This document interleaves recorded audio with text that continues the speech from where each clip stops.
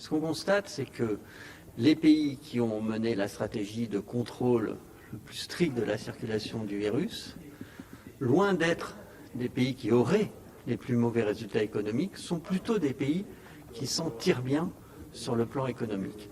Et donc, ça ne nous dit pas autre chose que simplement le fait qu'on ne peut pas choisir une stratégie de laisser circuler le virus à partir d'arguments économiques. Et ça nous dit aussi que, eh bien, les questions économiques et les questions sanitaires, en pratique, ne s'opposent pas. Et qu'il n'y a pas à faire un choix entre l'activité économique ou sauver des vies, et que c'est plutôt le contraire. Les pays qui réussissent le mieux, qui ont sauvé le plus de vies, sont aussi souvent des pays qui ont maintenu la meilleure activité économique. Donc ce n'est pas la bonne grille d'analyse. Et est-ce qu'une stratégie donc zéro Covid serait envisageable en France? Et si oui, comment elle pourrait se décliner selon vous? Alors, si on a décidé de confier à l'Agence nationale maladies infectieuses une étude, c'est parce qu'on se pose cette question.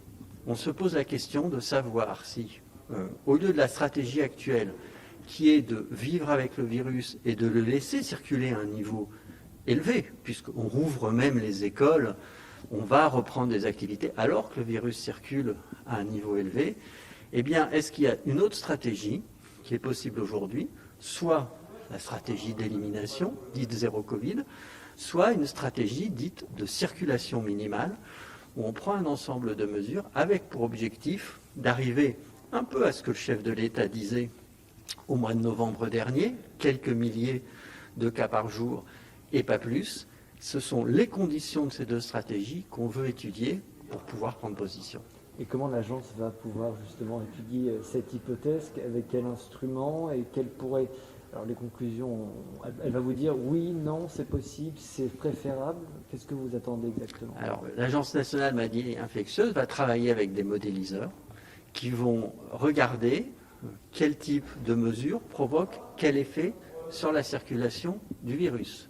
Par exemple, si vous vaccinez 50% de la population, quel est l'effet attendu sur la circulation du virus? Si vous prenez telle mesure sur les écoles, quel est le résultat attendu sur la circulation du virus? Et puis, en prenant ces modèles, l'agence va faire un travail d'analyse de santé publique pour en tirer des scénarios possibles, scénario de circulation minimale, scénario d'élimination du virus. La stratégie de vaccination n'est pas une stratégie miracle. Selon vous, quelles sont ses limites? La vaccination, c'est un outil indispensable, c'est un outil essentiel, c'est un outil précieux dans la lutte contre le virus, et c'est le plus bel outil qu'on ait trouvé à ce jour. Est-ce qu'on peut fonder une stratégie uniquement sur la vaccination? C'est ce que semble faire à l'heure actuelle le gouvernement. Est-ce qu'il n'y a pas un risque de, en vaccinant mais en laissant circuler largement le virus, que le virus échappe? Est-ce qu'il n'y a pas le risque qu'au fond, on vaccine 40 millions de Français, mais qu'on ait toujours 200 décès par jour? Je crois que la vaccination comme seule arme dans notre politique de lutte contre le virus serait un pari risqué. Et donc, on dit qu'il faut regarder à une stratégie peut-être plus globale, où la vaccination joue un rôle fondamental, bien sûr, mais complétée d'autres outils qui sont menés de façon efficace. Est-ce que vous demandez très concrètement au gouvernement un débat ici au Parlement?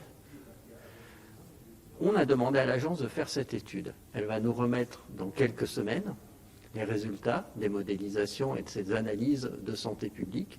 Et puis, nous dirons à ce moment-là politiquement ce que nous comptons faire. Mais si nous avons demandé cette étude, c'est pour nourrir le débat public, c'est pour porter les résultats de cette étude à la connaissance de l'ensemble de nos collègues parlementaires, mais au-delà de l'ensemble de la société, parce qu'effectivement, on estime que la stratégie à prendre doit être débattue, et doit être débattue de façon plus objective. Pour le moment, le gouvernement nous dit « vaccinons, vaccinons, vaccinons », et c'est très bien, mais sans nous dire qu'est-ce qu'on fait avec cette vaccination. Or, la vaccination, c'est un outil, c'est un formidable outil, mais ce n'est pas un objectif.